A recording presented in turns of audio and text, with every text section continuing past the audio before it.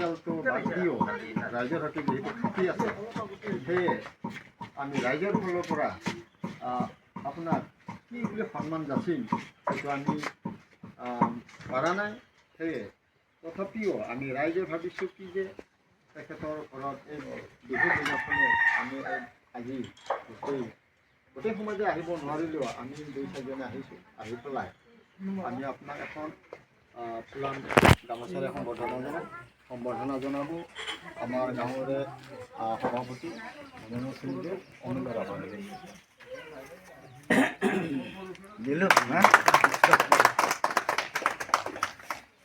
এইখিনিতে চাওক, গতিকে আমাৰ সমাজকো মই এটা অনুৰোধ ৰাখিম, হয়তো আমাৰ তেখেতে যিমানখিনি কাম মানে কৰি যাব লাগিছিলে ৰাইজৰ আগত পৰা নাই, তথাপিতো কৰিছে।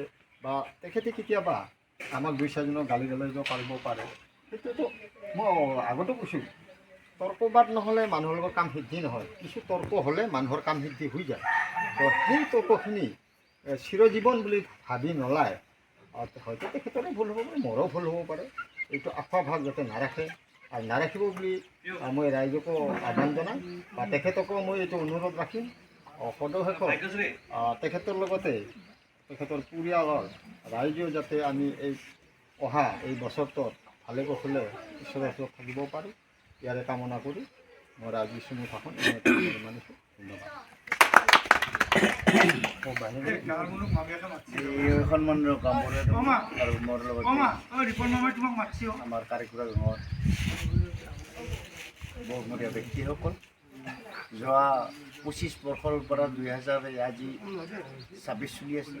যা হওক যোৱা দিনবিলাক তেনেধৰণে আমি বহুত বাদ বিতম্বাৰ মাজেদি আমি চলিটো বৰ্তমান আজিৰে পৰা দিনটোত নতুন হ'ব যে আহি থকা দিনবোৰত যাতে এনেদৰে আমি চবেই মিলি যদি এনেদৰে চলি যাব পাৰোঁ আৰু ভগৱানৰ ওচৰত প্ৰাৰ্থনা কৰি সকলোৰে তাৰমানে মংগল কামনা